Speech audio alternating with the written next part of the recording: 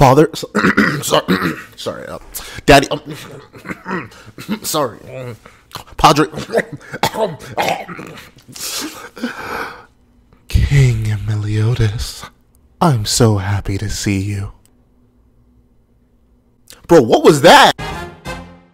Thank you to our $5 patron, Sin is Lancelot, and a big thank you to our $25 patron, the Mr. Greed. Now, before we have this review of chapter 51, of 4 Nights of the Apocalypse, please do me a favor and leave your own thoughts on the chapter in the comment section down below. Leave a like and subscribe if you haven't already. Also, make sure you hit that little notification bell so you don't miss out on any videos that come to the channel. Also, I do have a Patreon down below where you can support me for as low as $1 a month. Any support would be appreciated. Now, let's get into it. What's up, guys? I got Pencil here, and here we are to review chapter 51 of 4 Nights of the Apocalypse, which is known as the King of Leonis. And I'm gonna rub my hands together. You know what time it is? Daddy's home, baby. Alright, so we open up. But no, I'm so happy. I'm so happy that we're back. And we're back for real this time. Like, we were back home last chapter, but this is we're truly back in action right now. So we open up, and we get to see, well, Leonis. And honestly, it looks, see, the thing is, you didn't really get many establishing shots of Leonis, but it definitely looks a bit more fortified now. It looks a lot more well lived in. And to be fair, most of the times when we saw Leonis in the last series, it was under reconstruction and or in the middle of being destroyed, so it makes sense why it never looks so fortified. But when you have the Demon King as your king and ruler, and he has connections upon connections upon connections, it makes sense that your kingdom's looking pretty darn sprucey. And of course, everyone's kind of blown away. Nasian's is like, well, even though I am best boy, this is kind of a lot to take in. Hold on now, rewind, pause, delete the tape. Like, what are we doing here? And Donnie, no, the thing is, I love how the whole cast has their own unique reactions, right? Because they're all just like, man, like, we really were on a whole different type of manga journey. Now we just skip to the main plot. Like, what are we doing here? And it's amazing how we get the differences between people, right? Because Anne and Nasian, two people who have never been to the kingdom, heck, two people who probably have never left their respective gorge and or small town, they're not used to this area, so they're looking around, they're taking in the sights, and thinks she sees a holy night. Nasian doesn't really know all that stuff, and of course Donnie, the person who grew up here and was born and raised, was like, "Come on now, this is the basic stuff. Y'all tripping? Like, let's be serious right now. This ain't nothing crazy." And of course, we like Donnie. I don't know what you really expected here when it came to like asking Percival that's not all that like. Or like blame them for acting like hicks. Like, Donnie, you know Percival at this point. You know this man would be brain dead from all the information. Like, do you remember when he saw a slightly bigger village? Like, the man went from one village to a slightly bigger village and lost his mind. Do you think him being in a whole kingdom wouldn't throw him off? But I do love how Percival just early on established to just be starstruck. He's amazed and rather confused. And honestly, I wonder if those are actual little mini Percivals floating around his head. Like, it's not just for us, it's actually like his magic in response to his confusion has just spawned mini Percivals just on a constant rotation stream around his dome. But of course we see Lancelot being like, I really have to deal with this group of idiots. I hope they get cut out of the plot. And then takes them along. And shockingly enough, we don't actually spend that much time in Leonis. We get taken straight to the castle. And of course, as Nasian rather obviously points out, it's a really big castle, and now everyone's getting all nervous because, you know, none of them are royals. Even Donnie, who grew up here, likely had no reason to visit the castle, unless like he went with Hauser on some visits or something like that. There's no reason he would go there. But of course, because of that, he's like reverting. I love it. I love how he's reverting back to his like trained knight status. Like, he's literally marching like a soldier just out of habit, because this was his world for a while. Like, this was his preordained path as a holy knight. He was, one day, if he had kept on his path, was likely going to be knighted by Meliodas at some point. So him obviously having this respect for royalty makes sense, even if the king isn't the most typical definition of royal you can get. And I feel like Anne's gonna have a heart attack when she actually sees Meliodas, because she has the preconception of Meliodas on his wanted poster. the one that looks like Estarossa did. She does not know what the real one looks like. And I think this, who had character whiplash like that? Someone else had character whiplash like that. I know Jericho was shocked to see Escanor's tiny form after she saw the daytime form, but I'm pretty sure someone saw Meliodas's like wanted poster, and then on top of that saw him in real life and was like, I'm sorry, what? But of course, she's still excited to meet him because regardless of what he looks like, this is still the King of Leonis, the captain of the 7 Deadly Sins, and essentially the Holy Knight to end no Holy Knights. And we see 2 people, right? And notably, I mean, this isn't necessarily a missed opportunity. Ooh, that's a cool detail. That's maybe they were always like this. I don't think they were though. This is really cool how the 2 guards that meet them at the front gate that tell them to halt. I watch too much Fire Emblem content because now I just have like the Flame Emperor's halt, halt, halt, halt on loop in my head. But we see these 2 and the outfits they're wearing are half white and half black. Because the King of Leonis is a demon and the Queen of Leonis is part goddess. So that's neat. That's neat. Did Gother design that? Did Gother pop back in and be like, "Hey yo, taking care of my demon fam. Hold on, let me get you some new drip." Like was that? Because I don't think Meliodas has some good drip. Well, not really. You're a freak, but still. That's a very neat, nice little design choice. I see what you did there, Knockup. Sliding that underneath. I wonder if they're actually black and white colored though, because obviously a whole ton of things can change when it's finally colored. If it is actually black and white, that's smart. That's a little bit of thematic theming. You know, I'm so glad I'm not an English major. But regardless, I'm glad that little detail is there. And of course, Lancelot steps up, and I guess I didn't recognize him at first, but he walks up and he's like, yo, we are here on the king's orders. And then they instantly recognize him, which is good, right? Because, see, this is great, right? Because more and more we learn about Lancelot and his position relative to the current era, the infinitely more questions we have on when he came back. Because notably, I don't think the one-shot clarified when he came back.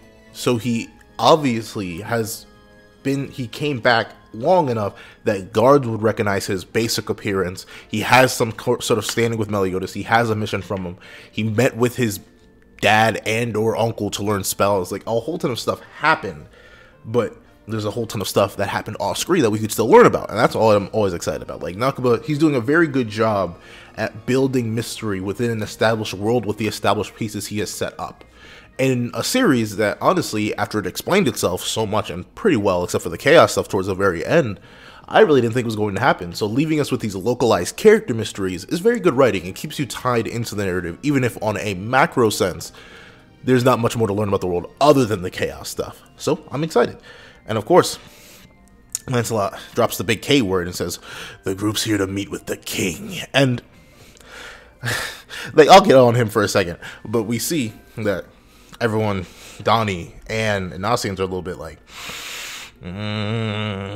king time, daddy time. But of course, one of the guards instantly goes to snitch on Meliodas and is like, I'm afraid his majesty just left the castle to go party, and he gets cut off with a bang to the head. And I think this is neat, right?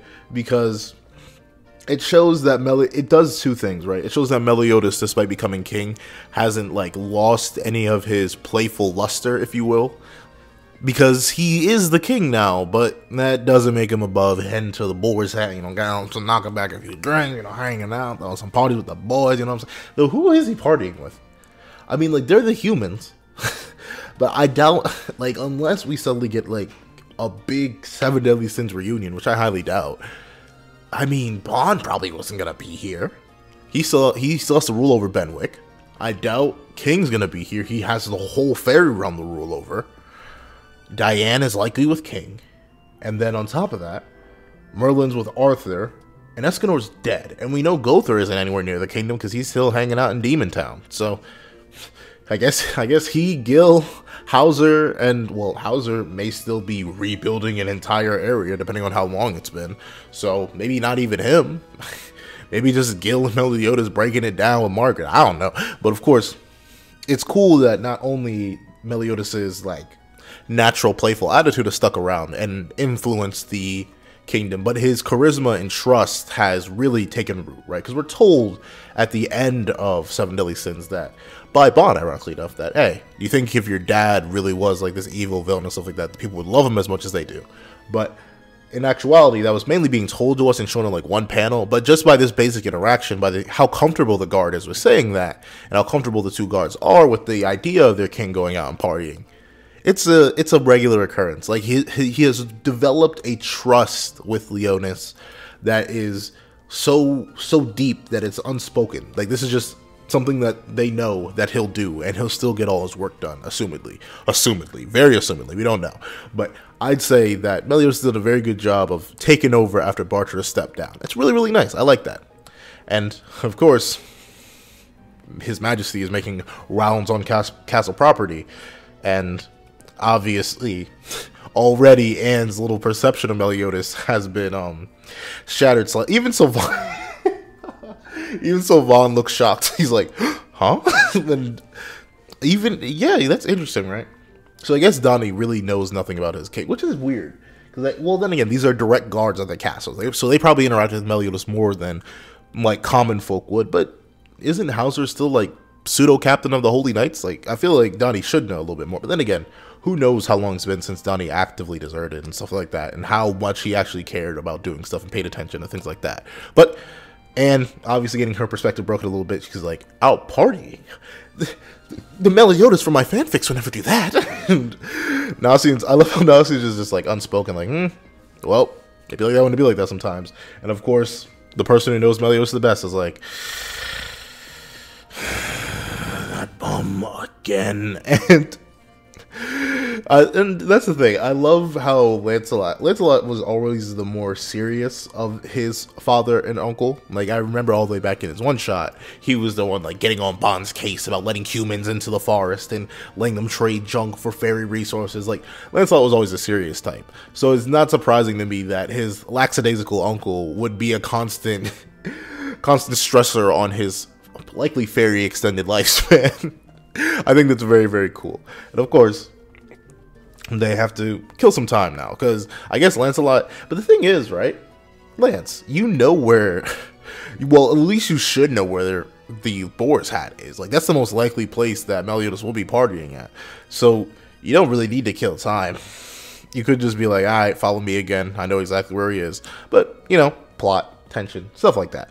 And, like, Lance, speaking of your competence, how did you, like, maybe it's like, nah, Percy should have no idea how to suppress himself, really. He should only know how to go like 100% and then be resting at a cool 25. How did you not notice that man left you? Why would he not be your main priority? Well, to be fair, they're in Leonis now, and assumedly, Arthur wouldn't just pop up, grab Percival, and dip. Like, if he could have, he would have, but it's likely that Leonis is a safe place, and we, as brought up in last chapter's comment section, Lancelot specifically took a pose that is a reference to Bond's own pose when he's relaxed and feeling safe.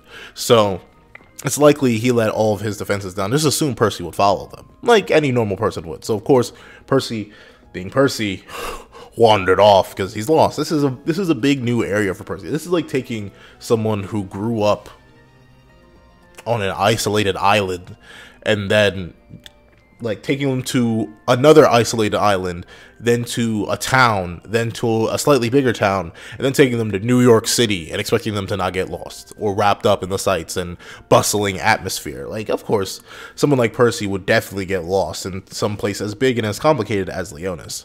And notably, we see Percy is just like blown away. Once again, he's lost to the sights. He's just staring up at all the buildings, the clear skies, enjoying himself. And we see a whole bunch of people, they're just looking at him. And I think that's cool, right? Like, these people have no fear. They're just living their lives. It's not like the pending threat of the apocalypse isn't necessarily a real thing to them, because this is a real functioning kingdom. So far, all we've seen of Camelot is like this distorted apocalyptic mess where Arthur has made different realms with monsters and beasts in them and flying castles, upside down buildings in the sky. Like, there doesn't seem to be a real order of life here. So of course all the people that we see from Camelot are like war based. They're out there hunting, completing missions, doing stuff like that, because there isn't really a civilian population, or at least not a civilian population that wouldn't be dedicated to the destruction of all other races, apparently. But meanwhile in Leonis, considering they've had a demon king, ironically enough, both literally and figuratively, for the past 16 years, it's this life. This is what they live. They don't really care about it. And I love how Percival, a Knight of the Apocalypse, that if Percival were to just go randomly walking throughout Camelot, that man would have been jumped at least 2 minutes in. And that's being generous. Someone would have jumped him and probably pierced his head at this point. But of course, Percy, he's just wandering along and people are laughing at him. It's just like, all they see is a little kid walking around all happy and joyous. So that's pretty nice. I do like the atmosphere difference and the unspoken contextual difference that lies with Leonis and Camelot, our two major kingdoms for this story. And then we get to see that Dreyfus, well, I guess that's it, but an old man is talking about, hey, all the goods, and if the person he's handing them to can handle it, like, do they need some help and stuff like that. But of course the dude's like, hey, come on now, I ain't that old. Like, I was a grand holy knight back in my day. I was a captain of the holy knights, if you will. I still got my gains, and do you not see how swole I am? And of course, Percival, who's walking with his head up straight to the clouds, is not paying attention to where he's walking, and then slams directly into the poor old dude's back. And the poor old dude drops all the stuff, falls over, and is hurting his back. And it's Dreyfus. And honestly, I like that he grew his hair back out. Because I wonder if that's just he's getting old, and you can see the grays are starting to come into his hair. So maybe he doesn't want to, like, mess with it, and it won't come back at all. But I think that's still an homage to Fraudron, right? Because we know, well, at least by Anaka Q&A, we know that the reason Dreyfus, while possessed, had his hair long was because Fraudron liked it that way. So hypothetically, I feel like after using full size, after becoming essentially one with Fraudron and forgiving him for all the atrocious acts he committed over the years, he decided to grow it back out, just in memory to him, right? And we see that Dreyfus' age has caught up to him,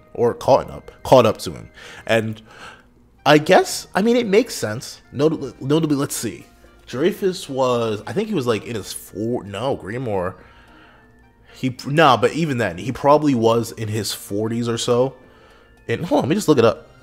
So after using the almighty search bar, I have found that he was 58 by the end of Seven Deadly Sins with our 10-year time skip, and it's been another 6 years on top of that. So Dreyfus, he's looking pretty darn good for 64. Like, I ain't gonna lie. Like, I get why his back is hurting, but for 64, he still has most of the black in his hair. He's still pretty ripped. Like, he's doing pretty darn good. Put some respect on Dreyfus's name. I think it's pretty cool to see him. And of course, apparently he's had a bad back from before. I wonder if that's a reference. Like, I'm trying to think. Is that just an old person? No. Is that just an old person riff? Has he ever been hit in the back? I mean, he backstabbed people. He backstabbed people a lot, especially when Fraudron was possessing him. But I don't think... Has he ever been hit in the back? I can't remember. But he claims to have had a bad back from before. And we see Percival notice all the stuff that he was carrying. Is like, hey, you were carrying all this? You need some help? And of course... Someone he essentially Percival gets taken up on his offer, and then we see the other person that we haven't seen in a long time, Hendrickson. And Hendrickson, he's looking good. I like the beard. I don't know why. It's like filling to his design, and it's cool that he became a doctor. I think we knew that at the end of Seven Deadly Sins. Yeah, we knew that. We knew he became a doctor, but still, it's cool to see him closing his clinic. He's resting up a bit, and we see that he's coming along and notices that Dreyfus is just sitting down, relaxing, when he should be carrying stuff along. And of course, when Hendrickson asks him, hey, yo, you good, bro? Like, why are you just sitting around when you have delivery to make? And Dreyfus sadly admits that he threw his back out. 64 years old, with that kind of build, I definitely get it, man. These things happen. And Percival is decently strong, so who knows how much force he was walking with when he slammed a helmet into the back of his back. So, interestingly enough, Percival not only decided to take the delivery for him, but on top of that, he left Dreyfus with a Percival that is healing him. Interesting. I mean, it makes sense, right? But I guess the only reason it throws me off is because I don't think we've ever seen a Percival. I mean, would that count as internal damage, like throwing one's back out, or would that, like, Percival's only healed like burns, cuts, like battle wounds? Essentially, this is the first time I've seen him heal like a mild pain or distortion in one's body. So it's kind of cool, and I love how the Percival is just like slowly burning its life essence away. No, I don't love that, but it is true. I remember I brought it up a few chapter reviews ago. Like, do Percivals just die? Like, whenever they heal somebody, do they just perish as they give up their life force and their energy to support someone else? Is that what happens to them? And it appears that it does. It looks like he's fading away. He's getting more and more transparent by the second. And of course, that nor Hendrickson nor Dreyfus actually recognize what this is. So it's cool to see that these guys, they are characters now. They're just relics of the past. They aren't really going to be involved in the conflict because they have no idea about any of the Four Knights stuff. Because Dreyfus didn't recognize Percival, anything like that. And Percival is now taking the stuff from Dreyfus and doing the delivery himself. And shockingly enough, he's doing a good job following some instructions. And we see that he mentions the boy. Okay, I'm not gonna go hold it back. Like, this back shot of Meliodas is just. I know Elizabeth be giving Meliodas back shots or vice versa, but Meliodas definitely be giving Elizabeth a back shot. Well, okay, I need to stop. Did I get in trouble for that? I mean, in a fight, like he would shoot his darkness cannon at Elizabeth's. I'm not gonna continue that. I'm gonna stop. But it's just seeing this, it makes me happy. Admittedly, I mean, this is a just me thing. I like my favorite outfit. I get this is the most iconic outfit of Meliodas's, but I really, really, really liked his king attire. Like the king attire he had at the end of Seven Deadly Sins, and especially the king attire in the Calf alternate future.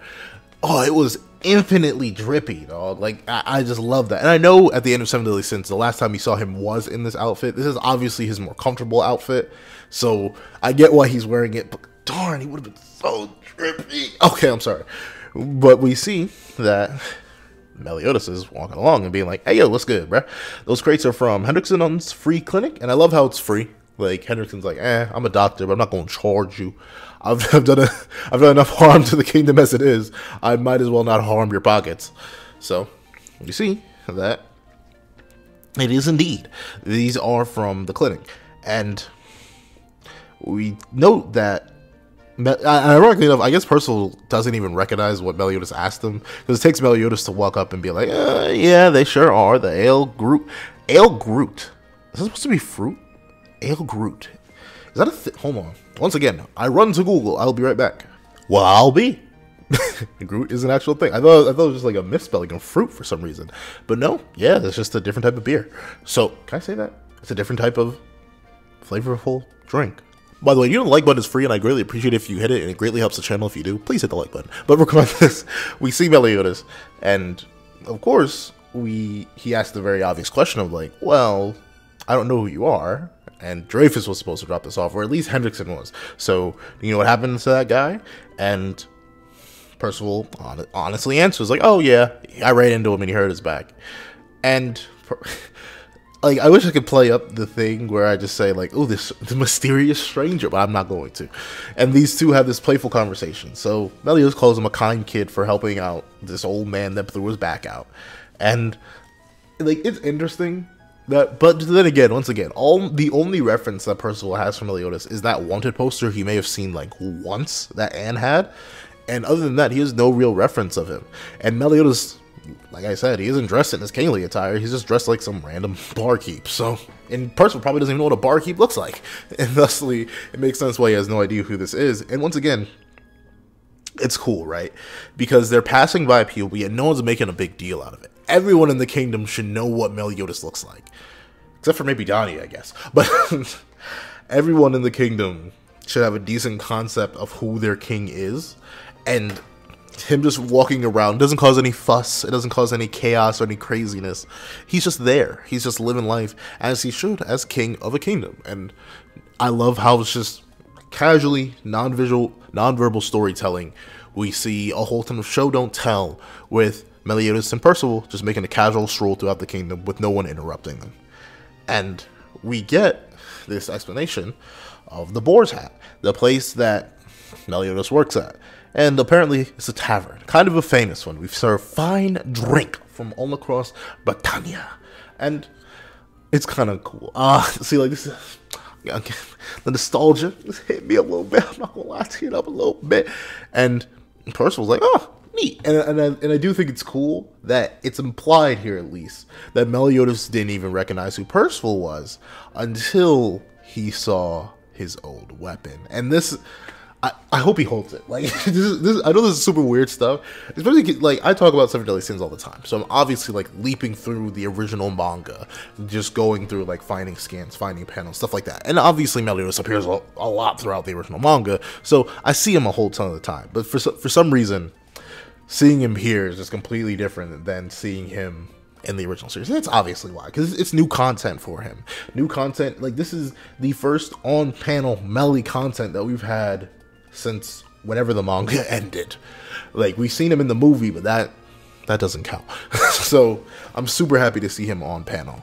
And we see that Percival has once again, he already has no concept of stranger danger, but two, he just gave up the whole goat essentially, because Meliodas says, "Ooh, that item on your back," and Percival gives a whole rundown on it. He's like, "Oh yeah, this is the piece from the Coven of Eternal Darkness.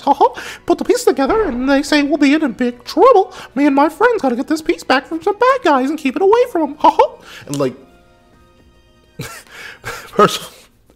Like, what if this was a bad guy? I know it's highly unlikely within Meliodas, but I'm confident Percival would do this if he was walking through Camelot. So, kind of playing yourself, Percival. But luckily enough, you're in the right hands, because they come across. I love how Meliodas right there, he says, "Ah, I see, so it's you then." And Percival questions it with a quick "huh?" But Meliodas is like, don't worry about it. Chill out, homeboy. Ain't nothing special about it. Well. Here we are. The Boar's Hat. And, like, despite me knowing that Hawk Mama was secretly the creator of the verse, I still do think it's sad. Like, I mean, it's a bittersweet sort of way that Meliodas is like, this is the Boar's Hat, my pride and joy. It's called that because it used to be on top of this giant boar's head.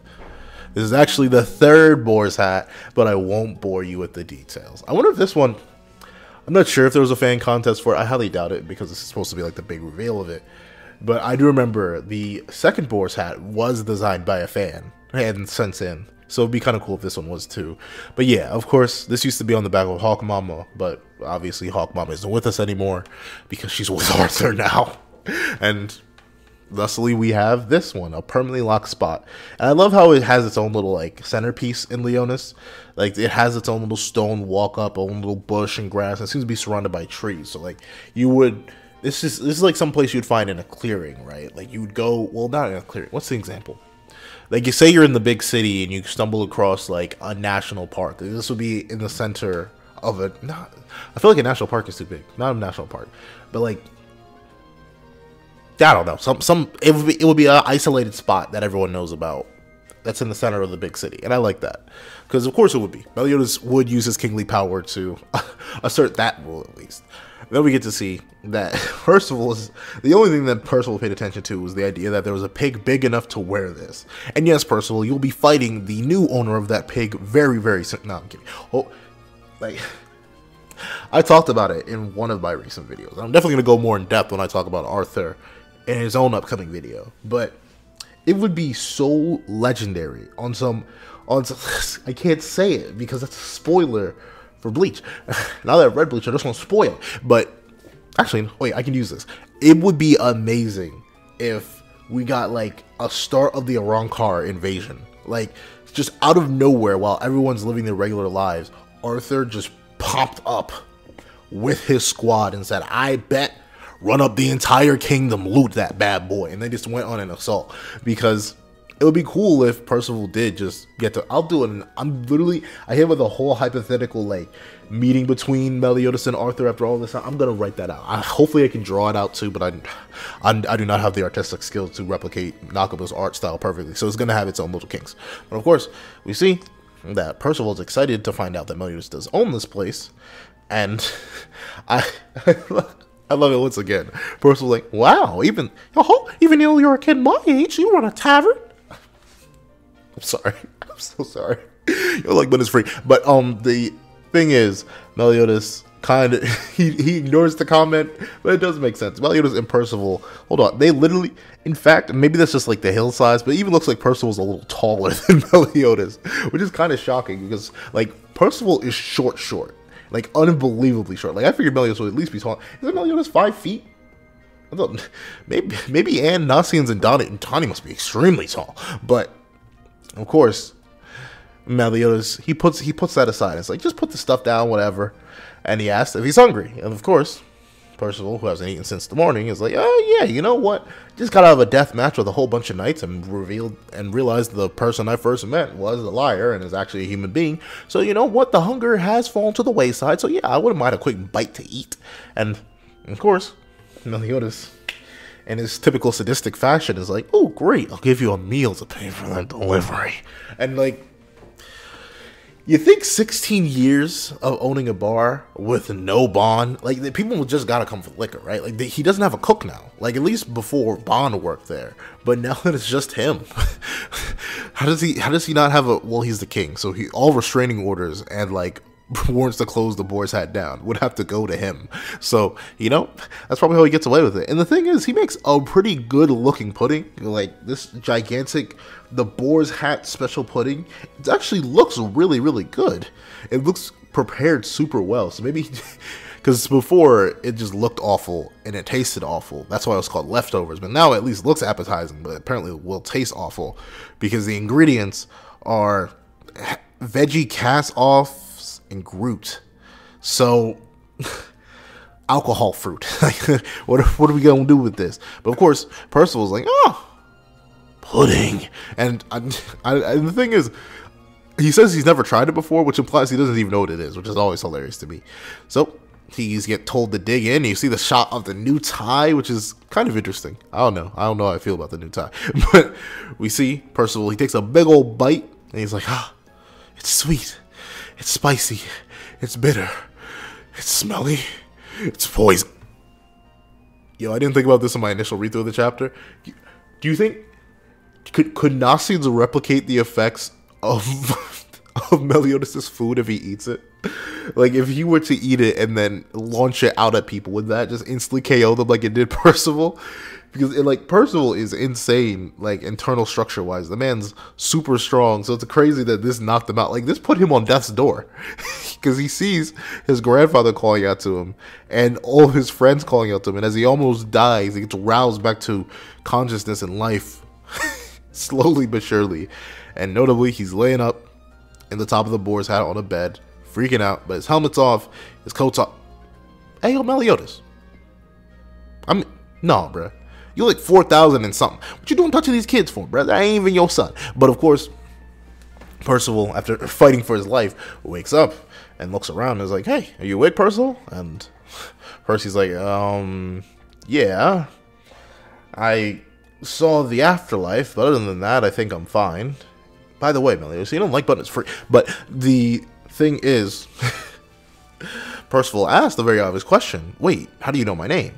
And I'm not sure if Meliodas would just be rude or he's just like he's trying to hide it or something like that. But the way he's like, he's been ignoring a whole bunch of Percival's questions and statements. He's like, yeah, the scratch on your helm, the Ouroboros on your cape. Man, I never thought Varghese' grandkid would be one of the 4 Knights of the Apocalypse. And, like, hold on. What? Like, who? Huh? What? Huh? Who? We? Why? Like, what happened? But, like, what did I miss? Not just what did we miss? There's so much. What happened across those 16 years? I need to know. Because apparently Meliodas knows who Varghese is. Even though Varghese was a Camelot Holy Knight, and we have and we have no knowledge of that time. Like, there just must be a specific time period that we skipped over in Seven Deadly Sins that we just don't know about. Maybe, does he know Varghese, like, from the 10 years past period? Arthur wasn't even king at that point, right? I don't think so.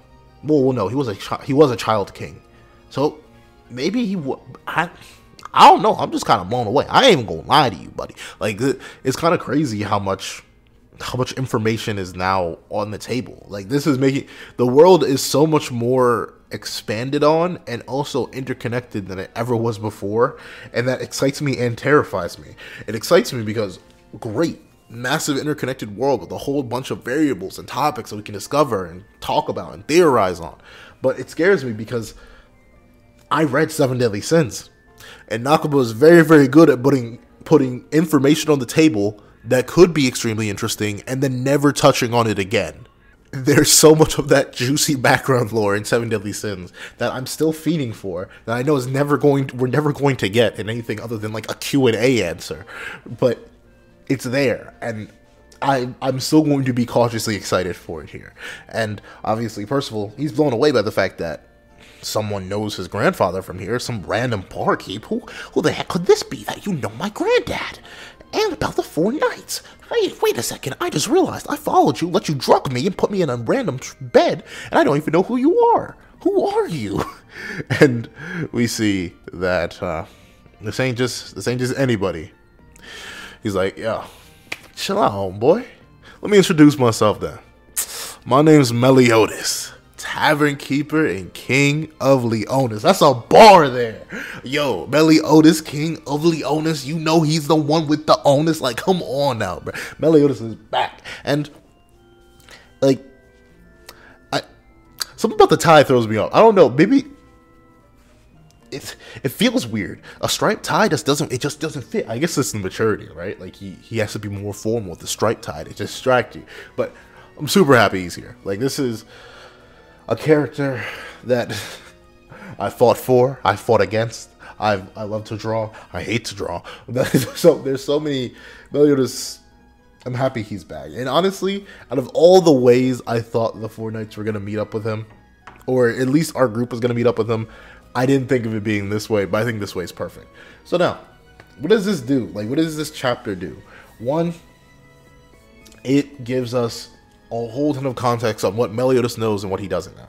So, at first, he didn't recognize Percival's direct appearance, but he did recognize he knows the idea that Percival got access to the Coffin of Eternal Darkness, because that's the piece that tipped him off to that being that Percival. He knows Varghese, and apparently, I always thought that was a design on the helmet, but he knows that that's actually a scratch. So I wonder what that scratch came from, but he knows Varghese, meaning he has some internal ties to Camelot from at least going back 16 years, likely 16 years plus, considering he has to be there before Camelot was destroyed.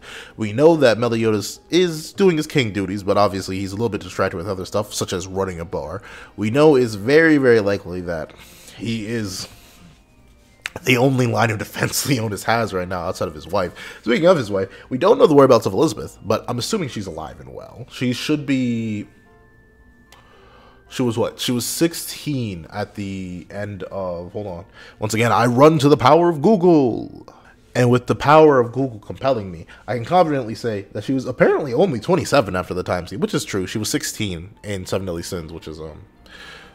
Meliodas, I hope you waited at least 2 years. But then we... Apparently... So she should be, what, 33 at this point? So she should... In fact, she should be in relatively around her human prime of life, compared to her previous self. So she should be stronger too.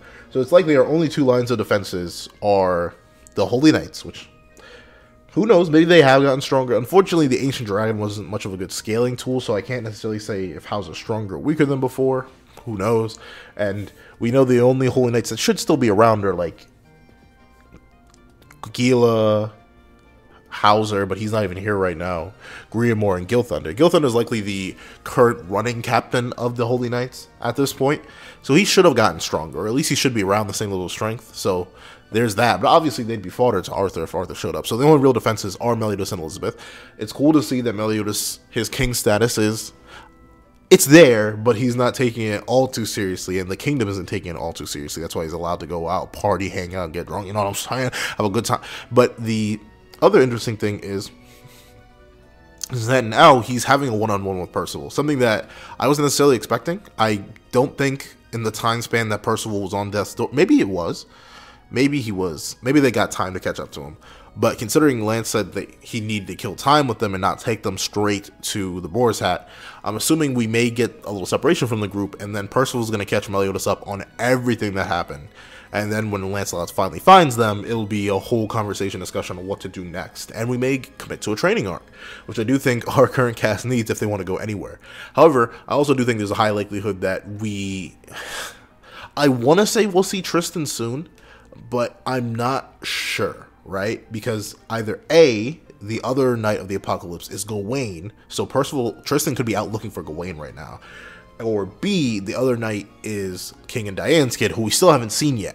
But I don't think Nakaba is gonna give us two big reveals like that back to back. Like, I don't think we're gonna see Tristan, Gawain, and or Diane and King's kid, or heck, even another Sin for a while, because now we got the big Meliodas reveal. Then again, I don't know, maybe we will, because we got the Lance reveal not 3 chapters ago.